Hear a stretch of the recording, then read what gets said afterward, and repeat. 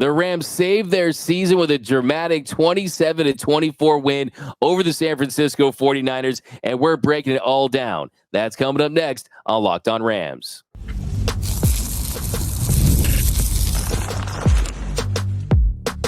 You are Locked On Rams, your daily Los Angeles Rams podcast, part of the Locked On Podcast Network, your team every day. What is up, Ramley, and welcome to another episode of Locked On Rams, your daily podcast covering your 1 and 2 Los Angeles Rams. My name is Doug McCain. You can follow me on X and Instagram at DMAC_LA. I've been covering LA sports for over a decade, 24/7. Bleacher Report, SI, Dodgers Nation, the Rams, for Locked On. And, of course, I'm always joined by the People's Champ, Mr. Travis Rogers. He's been covering the Rams for 9 seasons, just entered his 9th season covering your Los Angeles Rams as the Rams official pre, half, and post-game shows. Also the host of DeMarco Farr and Travis Rogers show on ESPN Radio. You can check that on ESPN LA. And on today's episode, we're breaking down the Rams' big fourth quarter comeback win over the San Francisco 49ers. But first, today's episode is brought to you by FanDuel. Place your first $5 bet, and you'll get started with $200 in bonus bets guaranteed. Visit FanDuel.com to get started.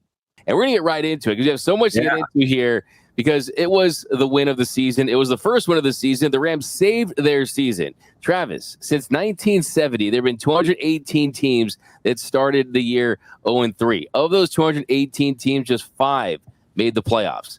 And with 4:57 left on Sunday, the Rams had a 4.5% chance of winning that game. They were staring down the barrel of an 0-3 start and possibly a rebuild, possibly a end of a season, but they found a way to come back, and it was a great win. We're going to break it down, but just an incredible win. And all those Niner fans, it was 70% Niner fans there. And at the beginning of the game, it was bang, bang, Niner game. By the end of it, it was bang, bang, escalator gang. Because all those Niners fans going up and down the escalators, sad their team lost. Kind of reminded me of the 2021 NFC Championship game. Yeah, look, 70%, sure. 80, 85. I mean, it was a lot of red.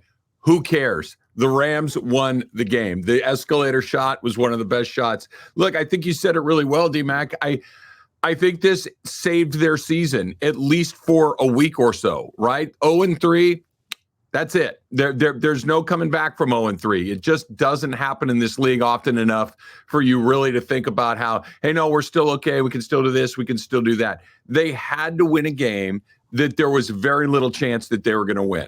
They had to win a game without their 2 best wide receivers. They had to win a game without 2 of their starting offensive linemen. They had to win a game without a starting corner. They had to win a game without a starting safety. They had to win a game without their backup tight end, and they found a way to do it. Yes, San Francisco was banged up, but like you said, that game was this close to being a runaway. It was 14-0 after a couple of drives, and it felt like it was going to be a repeat of what we saw in Arizona all over again. I don't want to overstate it too much, but taking all the postseason wins and putting them in a separate category, I'm not so sure this wasn't the best Sean McVay, Matthew Stafford win that we've seen in a few years. They had to have it. Their backs were against the wall. The odds were very long, and they still found a way to get it done. A huge, huge win for the Rams.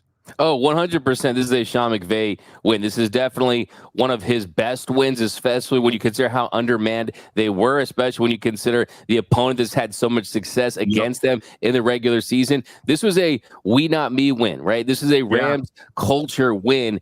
And also it's a really testament to Matthew Stafford and Sean McVay. It just goes to show that this is a quarterbacks and coaches league. And when you have an elite head coach and an elite quarterback, you always have a chance to win. And yes, we'll talk about the role players that stepped up. There was big next man up vibes yesterday, but really it starts with Matthew Stafford. And anyone that's waking up this morning that didn't watch the game, they probably say, wait a second, Matthew Stafford, 221 yards passing, 1 touchdown. How big of an impact did he have on this game? No, it was the way that he was clutching big spots, made big throws when he needed to. It was avoiding the pressure. It was moving around the pocket like he did, and he was down 2 of his starting linemen, two of his starting receivers, and he still found a way to make big plays, keep this team in it, and just goes to show the competitor that Matthew Stafford is. And I love that look too. There's just the look in his eyes that the Rams have been posting when he kind of did the point. He was just all in his bag yesterday. And really, like you said, like I said, this definitely saved the Rams season, because we could be talking about 0-3. We could be talking about, are they going to trade Stafford? I mean, you had Mina Kimes trying to trade him to the Raiders. You had other pundits trying to trade him to the Dolphins. No, the Rams are not punting on the 2024 season. No, they're not, and they shouldn't, because they have a quarterback that's the difference between being a team that can win every game and a team that's going nowhere. They're not going to win every game. They have a chance to win every game, and you saw it yesterday with him. And you're right, Doug, that the numbers themselves aren't going to be one of those, he threw for 400 yards and 5 touchdowns. It wasn't one of those. What it was is what he didn't do. He didn't make mistakes. He didn't put them in a position where they couldn't recover. He made big plays when you had to make a big play. There really was only one play all afternoon, I thought, that they had a chance and they missed it. He had DeMarcus Robinson deep at one point, and he overthrew him just by a little bit. But other than that, I thought it was basically a flawless performance from him. He did not make a big mistake. He never put his team in a position where you're thinking, they're in huge trouble right here because of something that he did. The ball he threw to Tutu to set up the game-tying touchdown was a beautiful throw. That's not an easy play. There was just decision after decision. And I think what you said is the most important thing, which is he brings a level of fire, of competitiveness, of toughness to this team that they thrive on. Their quarterback is one of the toughest guys on their team. He shows it. He's competitive. He never quits. They beat the team that was also shorthanded, but not as bad as the Rams, the team they haven't been able to beat, the coach that's been able to outfox McVay as often as not, and the Rams just put up a performance that they had to have. I'm not going to get into it too much right now because we got all week to do this. We got the Bears coming up, but they need to take this win and make it mean something. Make it mean something moving forward. Because if this is just remember when they beat the Niners in week 3 out of nowhere? That can't be something it has to be the thing. Hey, remember when they beat the Niners and then they beat the Bears? They came back, they beat the Packers, they go into the bye, they got healthy and they came out and they were going 100 miles an hour. This can't be a one-off. This has to be the first step in a journey, because it was a huge moment yesterday. Absolutely. That has to be the case. You have to go on the road and beat the Chicago Bears, a team that you haven't beaten Chicago since 2003, and the Bears are going to be looking for a big win there. But still, I mean, it's an absolute season-changing win. I mean, not only does it prevent you from going 0-3, and the odds are greatly stacked against you to make the playoffs, and we know that was the goal for this team. This team was built in the offseason to make a run this year, but also against the 49ers. And sure, they were without CMC. Sure, they were without Deebo Samuel. But, I mean, Juwan Jennings was looking like prime Randy Moss in the first half there, and Brock Purdy was making plays. But, yeah, kind of just getting back to Stafford, I mean, he truly kind of exemplifies and epitomizes kind of what it means to be a Ram in this era under Sean McVay, is that you're going to find a way to win at the end of the day. You're trailing 10 points in the fourth quarter, and you come back and win that one. And you mentioned DeMarcus Robinson, and, yeah, this was supposed to be DeMarcus Robinson's opportunity to step up. He ends with one catch. But the guy who did step up, Tutu Truthers rise today. It was Tutu Atwell's day for the Rams. You got to give him all the credit in the world, because, I mean, he really just changed the narrative on him. And can you do that in one game? I mean, I don't know if you can, but he did pretty much almost do that. I mean, he had 4 catches on 5 targets for 93 yards, had that 50-yard over-the-shoulder catch in the fourth quarter with just over 2 minutes to set up the game-tying score. Also, he drew a 48-yard pass interference penalty that set up the second touchdown. So on the Rams' 5 scores, Atwell made a catch or drew a penalty in each of them. So he had his fingerprints all over this game. So, I mean, how about the throw too? The Tutu train play? It didn't go as a completion because they reviewed and overturned it. But, man, give major credit to Tutu Atwell, man. He stepped up in a big way. Let me say this as clearly and unequivocally as I possibly can. I've been hard on Tutu. I have not been a huge fan. He was terrific. They don't win that game without him yesterday. He was fantastic. And for the first time in his career as a member of the Los Angeles Rams, he not only made a play here or there, he was a part of the offense. I think that's the biggest thing about him. We've seen him catch some long passes. We've seen him get in the end zone occasionally. We've seen him do that thing, goes, oh, wow, yeah, he is really fast. I see that. but this is the first time that I can remember watching him play where he was a regular part of what they were doing offensively. They looked to him regularly. He got up off the ground. There was the one after he got tackled and got landed. I'm like, oh boy, here we go again. He was back in the game shortly thereafter. He played tough. He played well. They do not win the game without Tutu Atwell. He was fantastic, full stop. Yeah, there was a lot of Rams fans that were filling out those Tutu Atwell apology forms on X. It kind of reminded me of the Shaq meme. Hey, I owe you an apology. I wasn't really familiar with your game. Right. It's the opportunities, right? I mean, sure, he has missed catches in the past. He's let balls go through his hands, let go off his chest. But yesterday, he sees that opportunity. I think the dynamic that he brings this offense, as you point out, it's not that he just made a play here and there, is that he was always present and a part of that offense at all times because he has that speed and ability to stretch the field. And we look at Jordan Whittington kind of playing that Puka Nacua Cooper Kupp role with the physicality and the blocking, and Tutu Atwell contributing the way he did. I think you're still going to get something out of Demarcus Robinson and Tyler Johnson. Did not love what I saw from Colby Parkinson a couple times, a couple key drops in this one. But I do think the Rams have the makings to, at least when you consider how great your quarterback is and the kind of throws he's capable of making, he can make a C receiver, a B receiver, a B receiver, an A receiver, that they can make it while Puka and Cooper Kupp are out. Yeah, no, they can, and we can continue to talk about this coming up next. But I just, Parkinson, I think is a really good point. He was not very good yesterday in the passing game. They're going to need that, but you're right. Stafford can take a player, whatever their level is, and level them up a little bit. He's that talented of a guy. They got a huge win. They had to have it. It is, at least in the month of September, a season saver. Now what comes next is incredibly important, but what a day at SoFi. What a win. Huge across the board. Massive win for the Rams on this Victory Monday here on Locked On Rams, and we're continuing to break it down. That's coming up next on Locked On Rams.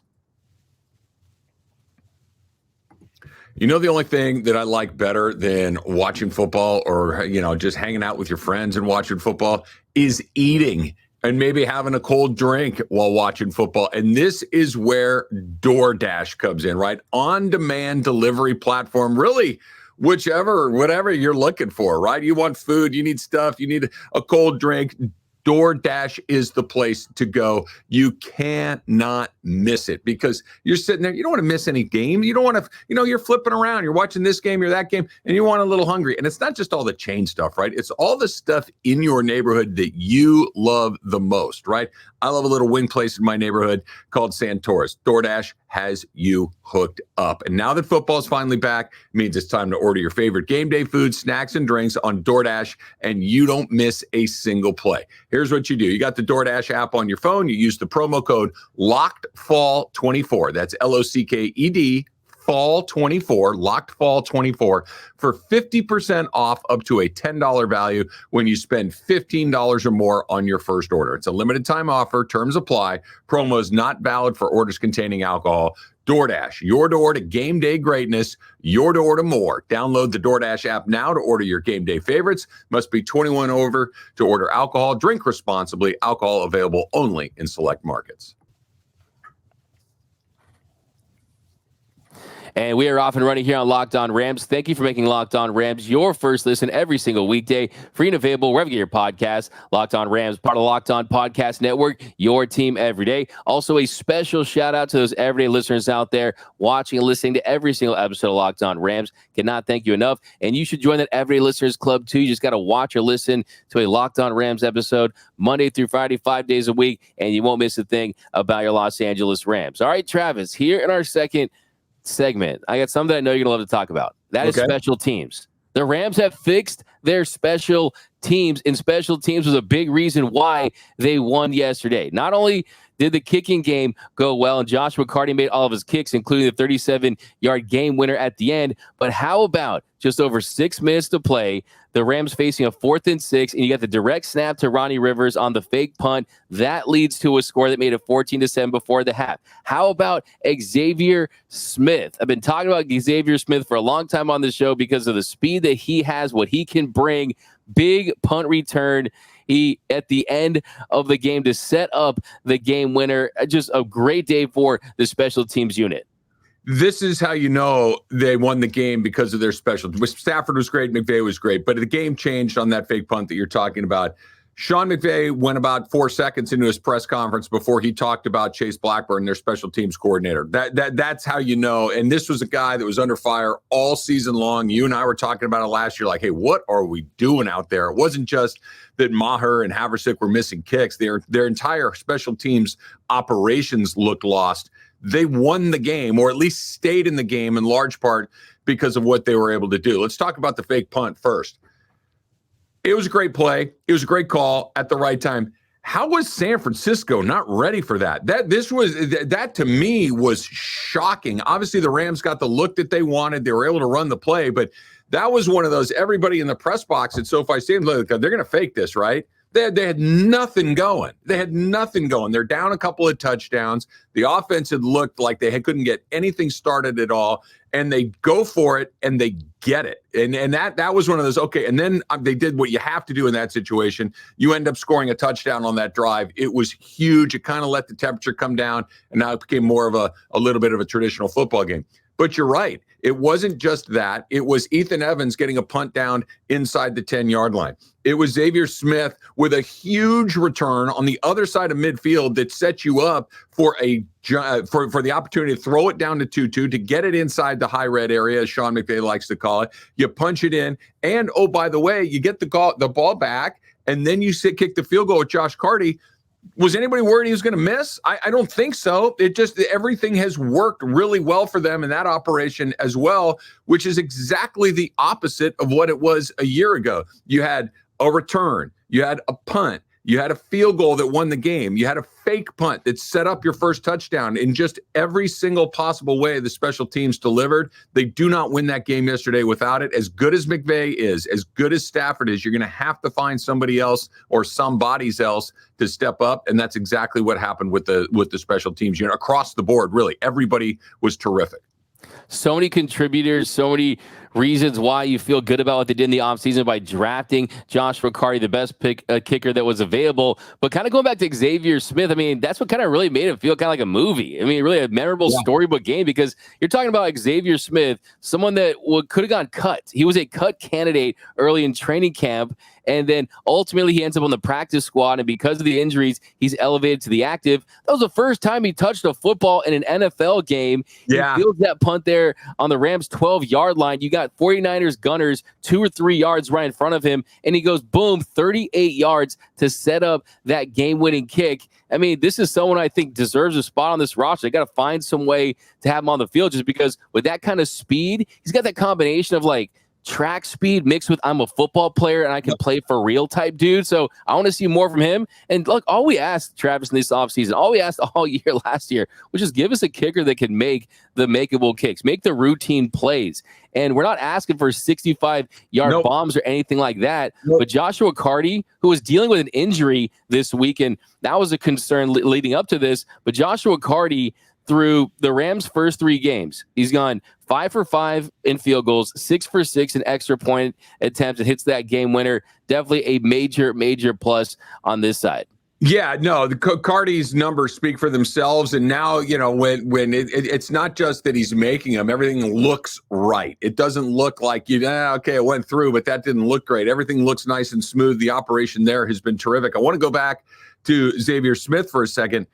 Not just was it a great, that they returned it at all kind of caught me by surprise. The Rams really don't have a return game to speak of. No, that the dynamic kickoff rule has just been a complete flop. The ball just doesn't get returned at all. Yeah. So, you know, kind of throw that aside.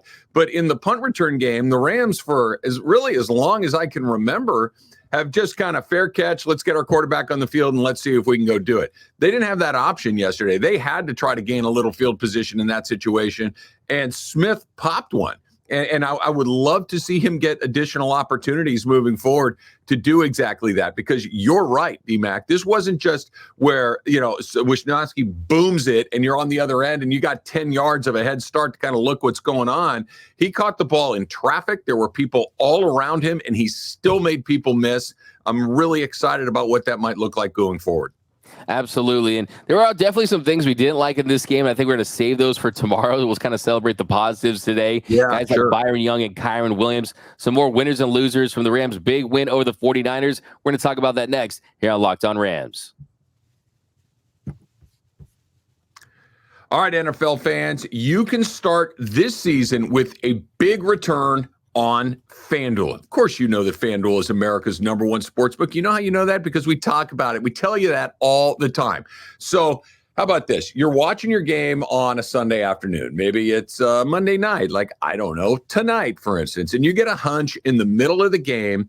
You can check out the latest stats. You can view live play-by-play and so much more on the same page while you are placing your bets. So it doesn't have to be before. You can do some in-game stuff as well. And FanDuel's going to hook you up as well. They're going to get you started with $200 in bonus bets, guaranteed. $200 in bonus bets, guaranteed when you place your first $5 bet. That's right, $200 in bonus bets, guaranteed when you place your first $5 bet with FanDuel. So go put that FanDuel app on your phone. Go to FanDuel.com. Take a look at the Rams headed to Chicago, right? They got an opportunity now to get back to 500. Maybe you've got a little hunch on that one in the moment. It's all at FanDuel. Go do it right now.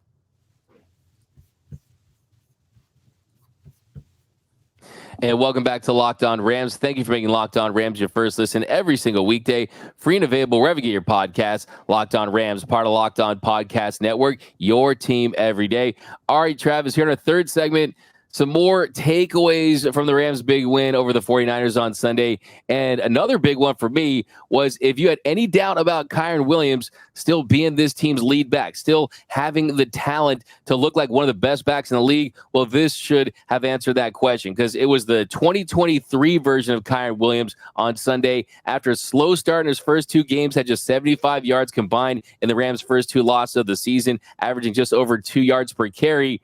He really showed out in this one. He ends up with 89 rushing yards and 2 touchdowns, had 2 catches for 27 yards, 116 combined yards from scrimmage, 3 scores. I mean, this is someone who's doing little flips, almost landing flips into the end zone, and you're down 2 offensive linemen too. So he's not at full strength running with his big uglies up front. Right. And they call it the dirty yards. He was getting those dirty yards, right? I mean, running in between the tackles, was falling forward. So he was a big reason why they won as well. Kyron Williams is back. You know, it's funny, Doug. We've talked about the special teamers. We talked about McVay. We've talked about Stafford. The reason they won the game is because of McVay. The reason they won the game is because of Stafford, because of Josh Karty, because of Xavier Smith, because of Kyron Williams too, right? Like, it just so many different people contributed to this win yesterday that it feels like you can almost single out every single person at one point or another for stepping up and delivering plays. We talked about Tutu for a little while, but Kyron is right there as well. Every time you needed that tough yard, he was able to get it. And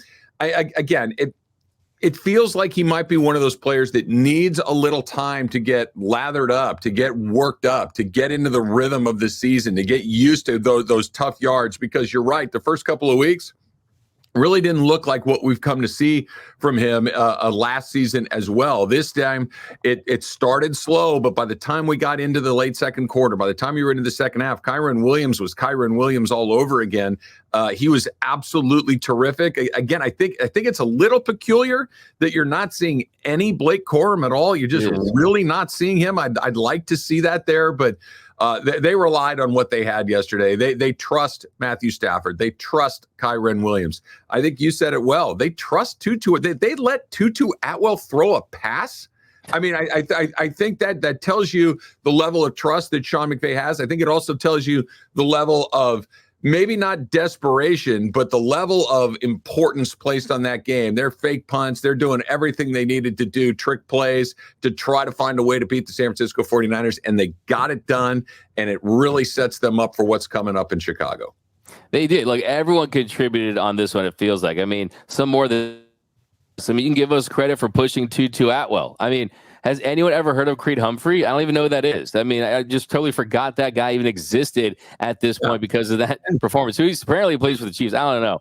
But yeah, absolutely. There's no doubt about it. And I think that that's definitely a big time testament to what you're going to see moving forward, because you see guys that are in their first or second years coming through, guys that are the veterans coming through. But one that I really want to talk about is Byron Young, because Byron Young is mean. He's not a nice guy on the field. And that's what I really love about them is his nasty. It was a special game for Byron Young, second-year player for the Rams. And yes, Jared Verse continues to look like that guy. I think that he's going to be a perennial Pro Bowler. I think that highly of him. But let's not forget about Byron Young. I think he really set the tone early in this one.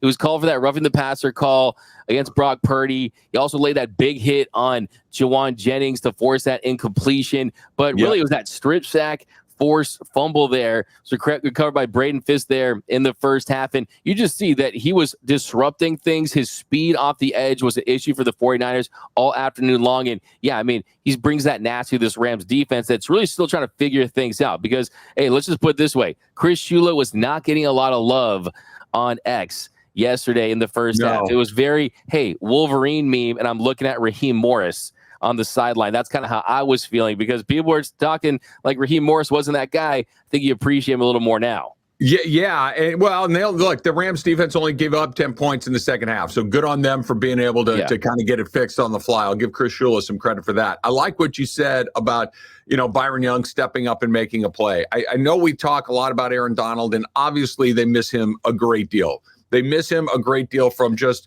the performance on the field. He's a Hall of Famer. That goes without saying. But I think they miss his leadership a great deal as well. Kirk Morrison, who played 9 years in the NFL, who's my co-host on the Rams pre-half and post, we were talking about it yesterday on the postgame show, and he said that end of the game, that was the Aaron Donald time where, okay, the game's kind of hanging around right here. Somebody needs to do something about it. And that's always where Aaron Donald would make that play and kind of like, all right, we're out of here. Think of the Super Bowl. It's the best example. 2 plays back-to-back. He grabs a guy with one hand, throws him on the ground. He sacks Burrow to end the game. It was just Aaron Donald time. Sean McVay mic'd up in the Super Bowl. This is where Aaron Donald makes a play. Who is that guy? Is it Byron Young? Is it going to be Jared Verse? Is it going to be who is going to be the guy that when you got to have it can step in and make that play or make the opponent make the mistake? I don't know if we know who that is yet. I think there's a couple of candidates. You mentioned Young. I think Jared Verse is a pretty good candidate for that. But for me moving forward, I think that's a big question of who is the guy on the defensive side. We know who it is on offense. It's going to be Matthew Stafford. It's going to be Cooper Kupp when he comes back. We know where they go when they got to have something done offensively. It was Aaron Donald forever, Jalen Ramsey for a very long time. Who's it going to be moving forward? I think that's a big question moving into the second quarter of the season. Yeah, and I think Byron Young definitely. I mean, no one's going to be Aaron Donald, but as far as the mean streak, I mean, one thing you can take from Aaron Donald, especially when you're facing the 49ers, is when Aaron Donald said, point blank, he said, I hate the 49ers with a passion.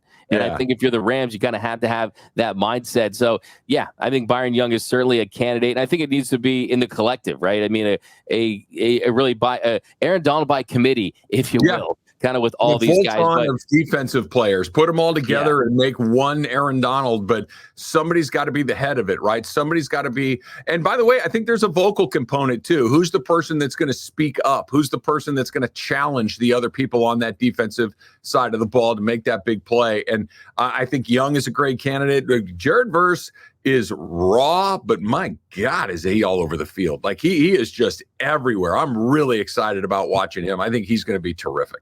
No doubt about it. He has top 5 edge potential, but we're going to be breaking this one down tomorrow. We got some winners and losers tomorrow. We're going to get into stuff we did not like, some more from this game, but just want to say goodbye. I'm looking at the behind me, the exits or the escalators are filled. All those Niners fans and all that red kind of behind me that's leaving. So yeah, look, it's just, I mean, kind of what's your kind of thoughts on that? I mean, for me, just kind of on a switching gears level, I look at this as, hey, maybe there was a kid yesterday that watched this game in LA and said, you know what? Hey, I'm going with the Rams now. I'm going with the blue. I like the colors better. And it's a process, right? It's a 30, 40, 50-year plan for people. I saw a tweet yesterday that made me cringe, Travis. It was like, oh, did the Rams really need to leave St. Louis for this? And da-da-da. I'm like, dude, they won a Super Bowl. They're one of the more valuable franchises in the sport. And it's about kind of reestablishing your roots, and you have to be patient. So, hey, wins like yesterday, they only help.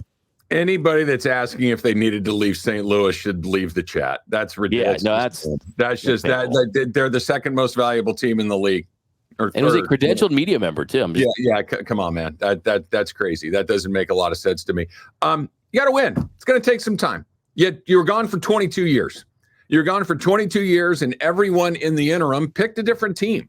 A lot of them picked the San Francisco 49ers. A lot of them showed up at SoFi Stadium yesterday. The only way you turn it is to beat them.